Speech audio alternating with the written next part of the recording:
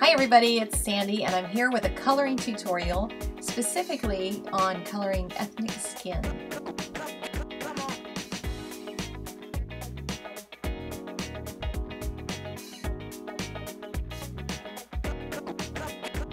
I'm starting off showing you a cheat sheet that I've made on occasion if I've had some markers that I wanted to check out and see how they blend together.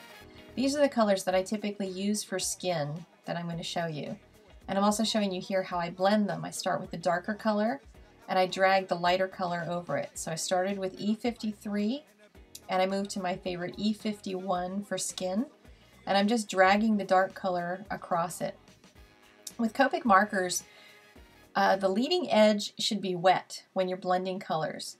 The leading edge meaning the edge that you're going to blend into the next color. You can always add more moisture to it with your next color marker, but you want to work as quickly as you can so that it doesn't dry into the paper very much. You want lots of liquid color on there for your blending. This is more of a Hispanic coloring combination here, E35, moving into E33. And I just want to apologize too, these colors all look really dark on the screen, on video. Not really sure why that is. I can take still pictures and they come out just fine. But you'll see the difference between the still and the video in just a few minutes. But again, I'm wetting the leading edge so that the colors blend together, and I'm dragging the ink across as I color from dark to light. This combination here for African American skin is probably too dark. It looks even darker here than it actually is in real life. But play with the different browns that you have. You might even start with E37 being the darkest. And move that way. It needs very, very little of an E59 in order to make it dark, but this is what it looks like a little closer to color. E51 is a little more yellow, E00 is a little more pink, so it really depends on your preference. I use whichever one has been re-inked best lately because the juicier your markers, the better your blending is going to be.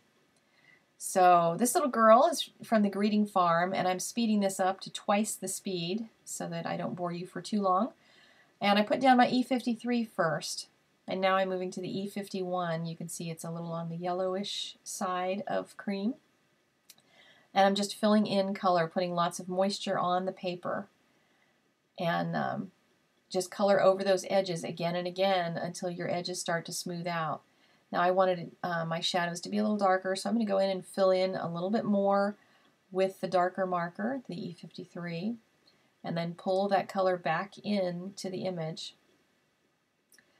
Once again, same as I did on that sample sheet. And we're going to do this one again with E00 as the lighter color. Same principle, same idea. The shadows typically go where clothing meets whatever object it's next to, whether it's the hair at the top or the sleeves that an arm goes into. You usually will have a shadow somewhere there, or underneath of her skirt. That kind of an area is where your shadows will be. And this one, I think the cat must have bumped the camera because it got a little bit out of focus. Sorry about that. But you can still see the coloring and the way that works. Not worrying about being tidy, just worrying about getting the color on there and then getting back in there while it's still pretty wet to be able to blend it. So that was the E35 and E33. I'm going back in with the E53, which is the dark color I use on the Caucasian children, and just pulling that color in from the edges to blend it. And it does look darker here than it will on the card. You'll see just the video does weird things. This one, I apologize, will look really, really dark. I also tend to not put, if I can help it, around the bottom of someone's chin. I leave just a little tiny bit of space so that the darkest color is not just completely underneath of their chin. Just because on people, that's not realistic that it completely gets that dark. There's sometimes a reflection off their shirt, and so that adds a little bit of realism to it. So the E35 is the color I'm going in with to pull all that color from the edges and blend it. Just going in over all the different bits of it. Now some people will take one arm at a time, one leg at a time, that sort of thing. I tend to go for the whole image. And then just keep going over and over again. It looks really dark here, but it's not really all that dark, you'll see. So here is the first of the Caucasian girls with the E51. Color's a little on the yellower side on her skin tones. This next one is a little on the pinker side. It's really hard to tell unless you've got them side by side. So I'd recommend if you've got color combinations you want to try that you do a little cheat sheet like I did and show yourself what they look like. Here's our little Hispanic boy. You can see his skin did not come out as dark as it was in the video. The video just did make things darker. Sorry. I need to figure out something better to record these things with. And again, with our little African American nurse, she did not come out as dark as it looked like on the screen.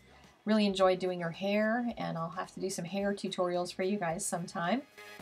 So I hope you learned a little something today. I'd love to do more tutorials for you at some point.